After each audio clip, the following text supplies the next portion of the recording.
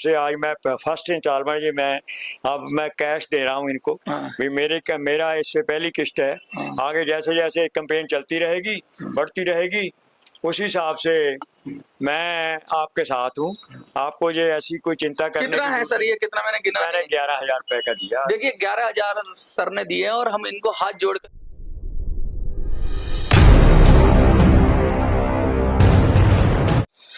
नमस्कार, आप देख रहे हैं मिनी संसद। और मैंने कहा था आपसे कि जहां चाहा वहां राह, और जब चाहत होती है तो कुछ ना कुछ रास्ता मिल ही जाता है। EPS 95 के पेंशनर जो पूरे देश में, जिनके 11,000 से ज्यादा मेरे पास नंबर्स आ चुके हैं और 1 लाख का मैंने टारगेट दिया है।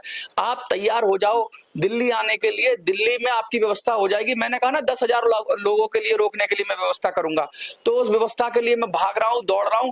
और मैं जितने भी समाज के लोग हैं, बड़े बड़े बुद्धिजीवी लोग हैं जिन्होंने समाज के लिए बहुत कुछ योगदान दिया है, मैं उनसे मिल रहा हूं, आपकी व्यथा बता रहा हूं। कैसे 750-800 रुपए में जीवन चलता है। 850 और 700 रुपए के अंदर डाटा क्या, आटा कुछ भी नहीं आ सकता। और ऐसे बुरे हालात में लगातार आपका जो समर्थन मिल रहा है, और मैंने वीडियो में कहा था कि हम तैयारी कर रहे हैं और समाज के अलग अलग तबकों से लोग आ रहे हैं। आज हमारे पास एक ऐसे सीनियर सिटीजन है जिन्होंने पूरे देश के अंदर जब भी होती है मदद करते हैं, और NRI हैं। खास बात बताऊं, देश से बाहर रहते हैं, ज्यादातर कनाडा में रहते हैं, और अभी भारत में आए थे वो किसी काम विशेष से, क्योंकि बहुत ज्यादा लोगों की मदद करते हैं। तो उन्होंने मुझसे बात की, तो मैंने आपका EPS 95 का मुद्दा बताया।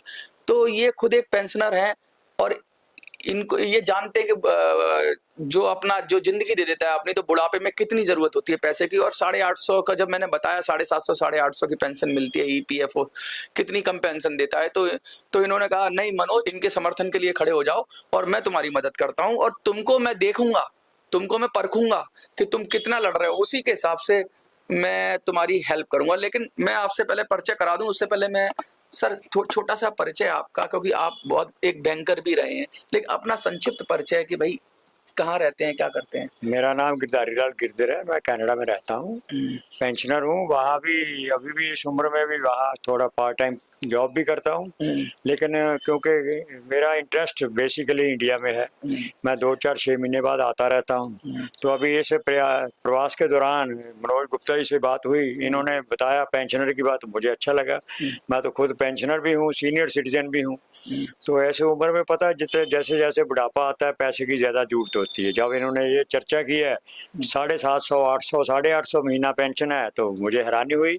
एक तरफ जहाँ दावे किए जा रहे हैं सरकार बहुत कुछ दे रही है, जब ये पता चलता है तो इसका मतलब ये तो बहुत सर, मैं आपको एक बात बताऊं कि जो नॉर्मल पेंशन है ना, जिसमें कोई कंट्रीब्यूशन नहीं होता, जैसे दिल्ली सरकार 2,500 देती है, हरियाणा सरकार 3,000 देती है, मतलब जिन्होंने कुछ नहीं दिया उन लोगों को ये पेंशन बांट रहे हैं।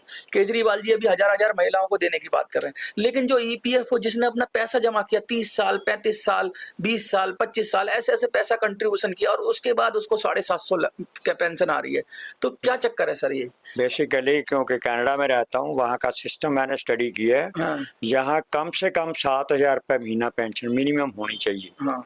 यहाँ के हिसाब से, भारत के हिसाब से।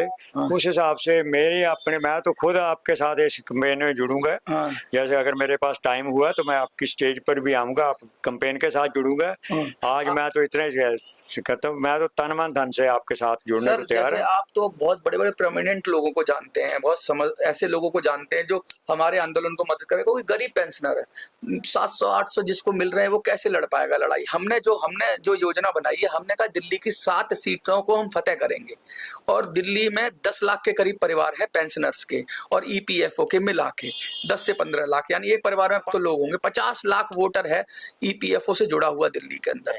तो हम लोग कह रहे हैं 7 सीटों पे हम लोग अपने उम्मीदवार खड़े करेंगे, बेसिकली बुजुर्ग ही खड़े करेंगे, जो हम कोशिश यही करेंगे कि भाई वही लोग आ जाए, इन्हीं में से आ जाए। नहीं खैर, मैं इससे सहमत नहीं हूँ। बुजुर्ग ही नहीं चाहिए, यूथ भी चाहिए। लेकिन मैं आपको एक जानकारी आपके माध्यम से शेयर कर दूं। मेरे पास एक ऐसा प्लान है जिसमें हर परिवार को जो इनकम टैक्स नहीं देता उसको 8,000 से लेके 20,000 रुपये महीने का फायदा किया जा सकता है। अच्छा। अभी हम कुछ देर में मैं खुद आपको इनवाइट करूंगा उसमें। We have a plan, Vikas foundation for social change and economic reforms. हम हमारी सरकार विदेशों से काला धन का एक पैसा नहीं ला पाई, और देश के अंदर 900 लाख करोड़ रुपए का काला धन है।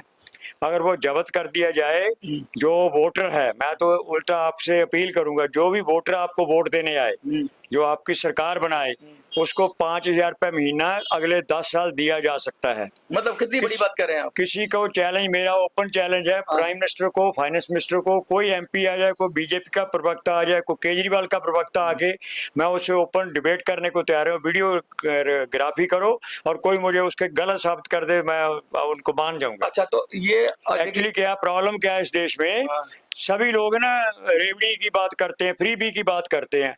असल में जहाँ सोर्स है ना, जहाँ से पैसा आ सकता है, ये लोग जानते ही। इस देश में 900 लाख करोड़ का भ्रष्टाचार का पैसा, टैक्स चोरों का पैसा, कमीशन खोरों का पैसा, घूसखोरों का पैसा, इतना पैसा है, और काले धन की संपत्तियां हैं।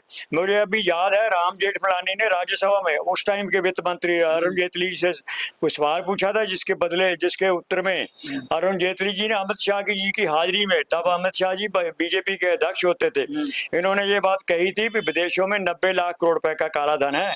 तो उसी के जवाब में स्वर्गीय जेठमलानी जी ने ये बात कही थी, अगर विदेशों में जितना 90 लाख करोड़ है, उसका 10 गुना तो कम से कम देश में होता है। कौन आदमी जहाँ से सोना लेके जाएगा, कौन जहाँ से प्रॉपर्टियां लेके जाएगा। मैं तो उल्टा आपकी कैंपेन के साथ हूँ, आप मेरा साथ दीजिए, मैं आपका साथ देने को तैयार हूँ। हर वोटर, मैं तो पर वोटर करता हूँ, 95 करोड़ वोटर है, सबको 5,000 रुपये महीना अगले 10 साल दिया जाएगा। देखिए, बहुत बड़ी बात कर रहे हैं, और शायद इनका तो जो मुद्दा है वो देशव्यापी मुद्दा है, लेकिन हम अभी EPS 95 पर इनकी सपोर्ट मांग रहे हैं, और इन्होंने अपनी सपोर्ट देने का वादा किया है। इनका मुद्दा भी हम समझेंगे आगे, इनको वीडियो में मैं इनवाइट करूंगा, क्योंकि जो ये कह रहे हैं उसको और ज्यादा हम डेप्थ में समझेंगे, और आप सबकी अनुमति लूंगा मैं। अगर आप सब कहेंगे कि इनके मुद्दे भी शामिल करने चाहिए, तो फिर हम उसको पूरी तरीके से शामिल करेंगे, और हम लड़ेंगे और हम जीतेंगे। और अभी हमारा छोटा दिल्ली का प्लान है, इनका बड़ा प्लान हो सकता है, पूरे देश का हो सकता है, लेकिन हमारा दिल्ली का है, और हम दिल्ली फतेह करके श्रम मंत्रालय पे, हमने जैसे कहा, श्रम मंत्रालय पे हमें कब्जा करना है, क्योंकि साथ हमारे जब MP होंगे तो हम किसी भी सरकार से बार्गेनिंग कर सकते हैं कि भाई हम तुम्हारी सरकार में तब शामिल होंगे जब हमें श्रम मंत्रालय दो, और श्रम मंत्रालय में जब हमारा श्रम मंत्री होगा तो हम अपने आप EPFO का फॉर्मूला करेक्ट कर लेंगे, सही कर लेंगे, जिससे पेंशन बढ़ जाएगी। आज जैसे आपने इतनी बड़ी बात कही, देश का जो भी हाल है, आज आप, हाँ, ये जो बुजुर्ग पेंशन आपको देख रहे हैं, इनको क्या मदद देना चाहेंगे? अगर देखो, मैं पहले भी बोला था, अब भी बोलता हूँ, तन मन धन से मैं सपोर्ट करूंगा और आपके साथ चलूंगा। और आदर मेरा तो सीनियर सिटीजन से निवेदन है, पेंशनर से, भाई अगर आपके पास हर व्यक्ति के पास 2-4 उसकी रिश्तेदारी में परिवार होते हैं, आप अपने परिवारों को भी साथ लीजिए और इस कैंपेन का हिस्सा बनिए।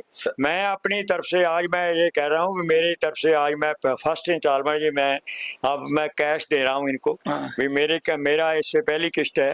आगे जैसे जैसे कैंपेन चलती रहेगी, बढ़ती रहेगी, उस हिसाब से मैं आपके साथ हूँ। आपको ये ऐसी कोई चिंता करने कितना है सर, ये कितना मैंने गिना? मैंने 11,000 रुपए का दिया। देखिए, 11,000 सर ने दिए हैं, और हम इनको हाथ जोड़कर इनका बहुत बहुत धन्यवाद करते हैं कि ये 11,000 नहीं है, ये 11 लाख है हमारे लिए, ये 11 करोड़ है हमारे लिए, क्योंकि ये 11,000 से ना हम आज हमारी शुरुआत हो गई है, हम जंग लड़ेंगे, और ऐसे लोग आएंगे हमारे साथ जो हमारी मदद करें। ऐसे चाहे वो कोई भी हो जो देश में भला चाहते, जो पेंशनरों का दुख दर्द देखा नहीं जा रहा, बर्दाश्त नहीं हो रहा। आज 11,000 मिले हैं, कल हमें लगता है कि 11 लाख भी मिलेंगे, और हम लड़ेंगे और जीतेंगे। अब इरादा हमारा पक्का है। मैं तो इस बात से, मेरे पास अपना एक डेटा है, भाई जो सरकार है उसकी ड्यूटी है, दायित्व है, उसकी रिस्पॉन्सिबिलिटी है, जो बच्चा देश में जन्म ले उसकी अच्छी सेहत के लिए, उसकी अच्छी खुराक के लिए, उसकी माँ की खुराक के लिए उसकी व्यवस्था होनी चाहिए। और उसके बाद जो इंसान जिसने 60 साल दिए हैं, उसको 10 साल अगर 1,000 रुपये महीना भी देते तो भी 1,20,000 रुपये बनता है। 10 साल का कितना बनता है? कुछ भी नहीं बनता। जिस आदमी ने सारी उम्र मेहनत की है, देश के लिए प्रोडक्टिविटी पैदा की है, इतने एसेट्स बनाए, जिसके कारण हमें वो सारी फैसिलिटीज मिली है, सहूलत मिली है, ये तो सरकार की ड्यूटी की है, हमारी समाज की ड्यूटी बनती है।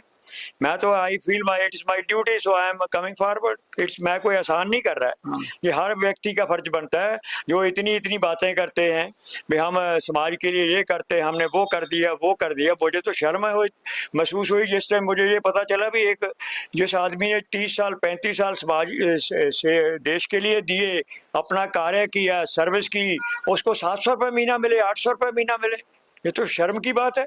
डूब भरना चाहिए।